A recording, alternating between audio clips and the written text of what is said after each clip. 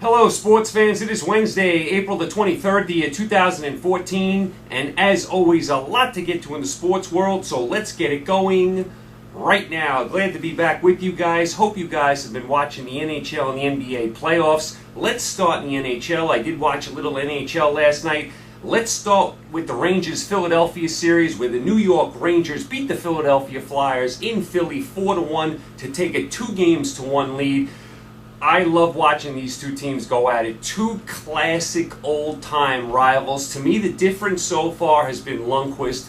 Lundqvist in net for the Rangers is as solid as anyone in the NHL. And remember, the Flyers have been playing their backup goalie for the first 3 games. They will get their regular goalie back for Game 4. But to me, the difference in this series is going to be Lundqvist. I think the Rangers will get through, but I think it will be a long series. Like I said, love watching these two teams go at it. Also last night, Montreal just swept away Tampa Bay 4-0. I was really surprised about this. Not that Montreal won, but 4-0. I think Tampa Bay won the season series. All the games were close, but Montreal just dusted them here in 4 games. Nice job by the Canadians. Also last night, how about San Jose? San Jose goes into LA and beats the LA Kings. San Jose is now up 3-0 in this series. I mean, what a job by San Jose. And San Jose has a history of bad playoff performances. They've had big records in the regular season and fallen flat on their face, but they are doing a nice job in this series. What's going on with the Kings down 3-0 to San Jose? I mean, they're all but done. Also last night, Boston flexed its muscle in Detroit and beat the Red Wings, so Boston goes up 2-1. I've said it all year. I think Boston is the best team in the East until proven otherwise. I mean, they are a solid, physical, gritty, nasty team. I like what I see from the Bruins. Also, Pittsburgh is ahead of Columbus 2-1. Pittsburgh had that big comeback the other night. They scored 3 goals on 3 shots, rallied from a 3-1 deficit to win, so Pittsburgh up 2-1 there. Colorado is up 2-1 against Minnesota. Minnesota did win Game 3 in overtime. St. Louis up 2-1 against Chicago. This has been a fun series. Very, very nice series there. And Anaheim is up 2-1 against Dallas. Dallas did win Game 3. Tonight you have Pittsburgh at Columbus, you have Anaheim at Dallas, and you have St. Louis at Chicago. To me, St. Louis at Chicago is must-watch TV tonight. I mean, that is tremendous hockey. Just like Rangers and Flyers, you got two of these old-time rivals in the Blues and the Blackhawks. I love watching these two teams play. Should be a fascinating night tonight in the NHL. Definitely check out the Blues Blackhawks tonight. Over to the NBA, I did watch Indiana last night dismantle the Atlanta Hawks. I'll tell you, Indiana got off to a sluggish start in this game. Remember, they dropped Game 1 at home to Atlanta, so Indiana needed this game in the worst way. They did play a big second half, and they beat the Hawks, so that series is 1-1. But what is going on with Indiana? I mean, despite winning last night, what has been going on with them the last couple of months? I mean, they look like a championship team the first, half of the season in the NBA, and then all of a sudden they just hit the skids, and they can't get out of this funk they're in. I don't know what their problem is. I mean, they're struggling here with Atlanta. I mean, Atlanta barely made the playoffs. Atlanta's best player, Horford, has been out for the year. What's going on with the Pacers? I mean, they got to get their act together. Yeah, sure, they're going to beat Atlanta. They're probably going to win the next round. But how could they expect to beat Miami playing this way? So Indiana, they have to get their act together. I don't know what's happened to them. Toronto last night won at home. They evened up the series with Brooklyn. This has 7 games written all over it. These two teams are equally matched. They've played, very tight games during the regular season. I expect this series to go 7. How about Washington last night? Washington goes into Chicago and beats the Bulls twice. So the Washington Wizards up 2-0, and they go back home. Tremendous job by Washington. They got some nice young players led by Wall. I like what the Wizards are doing. And Miami leads Charlotte 1-0. Listen, we don't expect much from Charlotte. I think it's amazing Charlotte actually got into the playoffs. What was it, just a few years ago? Charlotte won 4 games. So it's a nice job by Charlotte just getting into the playoffs, but they're overmatched here. They can't beat Miami. Over to the West, Oklahoma City and Memphis are tied 1-1 going back to Memphis. Nice job by the Grizzlies getting Game 2 in Oklahoma City.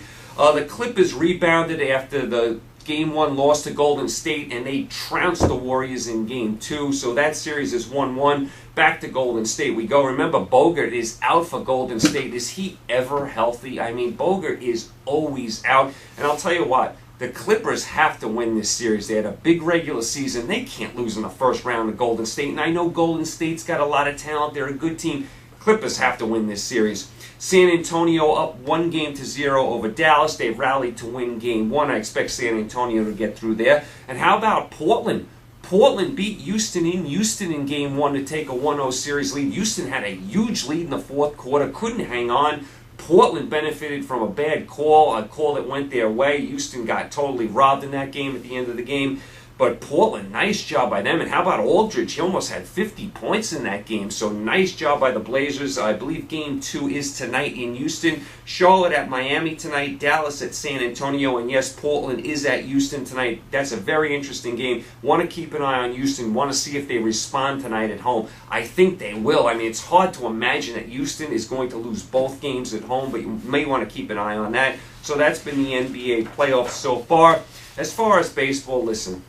We got about 400 years to go before the baseball season is over. It's just a never-ending marathon. It just never ends. I have watched some baseball, some teams I've been impressed with so far. How about the Milwaukee Brewers? The Milwaukee Brewers have one of the best records in baseball. I mean, Ryan Braun, despite the thumb injury, has 6 home runs. What's going on with Milwaukee? I mean, the best record in baseball. I've been impressed with them. Atlanta Braves, considering all the injuries to their pitchers, they still playing well, Atlanta. I mean, despite all the injuries to the pitching staff, I think the Dodgers are going to be a solid team. Oakland A's look like a really good team. Texas is good again. You expect Detroit to be there. Yankees, look decent in that Eastern Division, although Nova is out for the year. He's going to have Tommy John surgery. That is a big loss for them and their pitching staff. A lot of teams are around 9-9, 9-10, 9-11, 10-9, 11-9. A lot of 500 records so far in baseball. You look at the baseball standings, and 75% of the league is around 500. It's still so early. What if teams played 20 games? You have so far to go in the baseball season. And on a negative note, how bad has the Arizona Diamondbacks been? And I like Kirk Gibson as a manager. I mean, you wonder if he's going to survive this season. They look like the worst team in baseball. They are absolutely atrocious. They cannot pitch at all. They have a couple guys in the lineup that can swat, but they can't pitch at all. Arizona looks like a dreadful team. So that's your baseball, very early there. As far as boxing, going back to last week, Pacquiao beats Bradley. Remember, Pacquiao got robbed in the first fight, and I thought he dominated the fight here, especially in the second half of the fight. Clear decision for Pacquiao. Look for Pacquiao to fight Marquez again for the 5th time if Marquez wins his next fight. Do you believe Pacquiao and Marquez could be fighting for the 5th time? I did watch Bernard Hopkins win again at age 49. I mean, unbelievable what he's doing, Bernard Hopkins. At age 49, he's almost 50 as a boxer, and he's still performing on a high level, so I did watch him. I did watch Hopkins' post-game as well, where he called out Floyd Mayweather, and he said he wants to fight Floyd Mayweather. I mean, they're nowhere close in weight. That's never going to happen. I mean, Floyd Mayweather is never going to get up to 168 pounds, and Hopkins is going to have to drop down to 168 pounds. That's never going to happen. That's just Hopkins talking a lot. He does like to talk. I did watch Porter demolish Malignaggi. Malignaggi is not easy to knock out. He's got a good chin, and Porter just demolished him. Porter is a good young fighter that gets better and better each time I see him. Keep an eye on Porter. I'd like to see Malignaggi retire. He's got a good gig there at Showtime. I'd like to see him retire. And Peter Kid Chocolate wins again. One of my favorite fighters. I love that name. He remains undefeated. I'd like to see him in some bigger fights down the road. So I did catch some boxing. Going back to the Masters, Bubba Watson wins for the 2nd time in 3 years. I mean, great job by him. I mean, what a job by Bubba Watson, winning 2 Masters in 3 years. Tremendous job by him. Of course, the 20-year-old Jordan finished runner-up along with Blix. They both played well. Of course, no Tiger Woods in this tournament. Hurt the ratings. A lot of people did not watch the Masters. Phil Mickelson, not good in this tournament. McIlroy, bad again. What's going on with McIlroy? Oh, my goodness. I thought McIlroy was going to be one of the stars of golf. He still may be, but he has fallen flat on his face. I mean, a lot of people, including my friend down in North Carolina, says it's because he changed equipment. I guess that's the reason. I don't know what the story is with him. I mean, he is playing so bad. And how overrated is Garcia?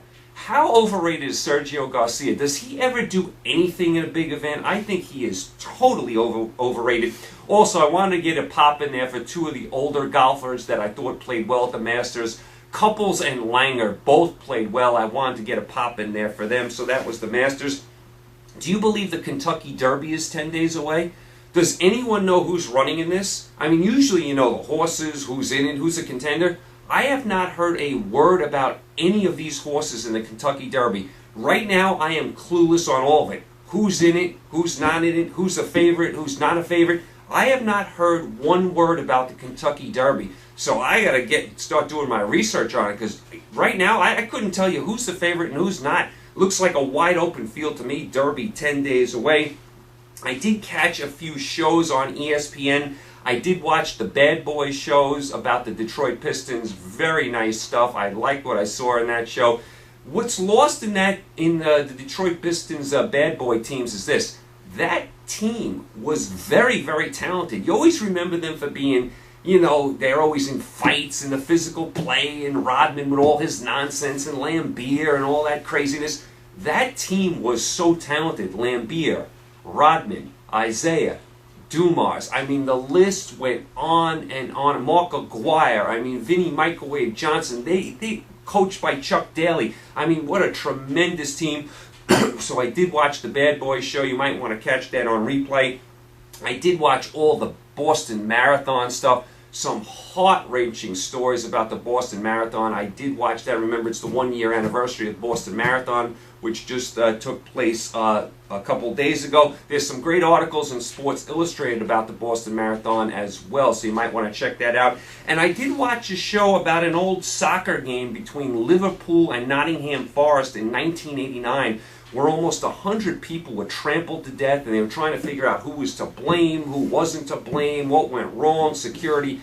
Very fascinating stuff. So if you can catch any of these shows, they replay these shows on ESPN. Maybe you can catch them on the internet.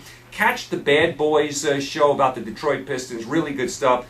Anything on the Boston Marathon was just heart-wrenching. And the soccer from 1989, Liverpool, Nottingham Forest, definitely check that out. Really, really fascinating stuff. Heart-wrenching stuff. Very interesting as well. Okay, so there you go. You guys are all caught up. Tonight, to me, there are two must-watch games. One in the NHL and one in the NBA. To me, in the NHL, that Blackhawk Blue game is the game to watch. That's what I'm going to really focus in on tonight. To me, I am really looking forward to that. And in the NBA, you got to check out Portland-Houston. You got to see if Houston can respond at home after dropping Game 1 to Portland. Houston blows the big lead in the fourth quarter. I expect the Rockets to respond tonight and win. They better win. You don't want to go down 2-0 and go back to Portland. So tonight, to me, you got some good NHL matchups, good NBA, and I am focusing on the Blues and the Blackhawks. That's where I'm headed tonight. Okay, you guys are all caught up. I will be back with you guys Monday. We'll see where we are in the NBA and the NHL playoffs. We'll start previewing the Kentucky Derby.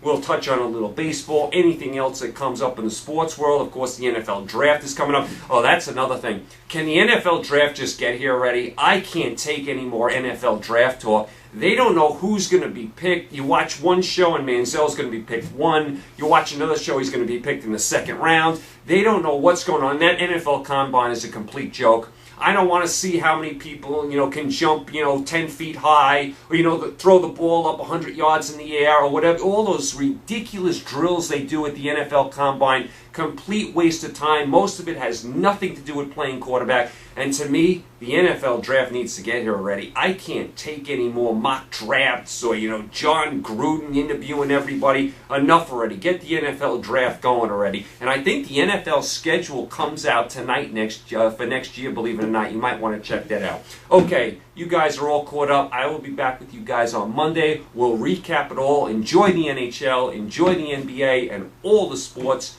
Talk to you soon. Stay healthy. Take care.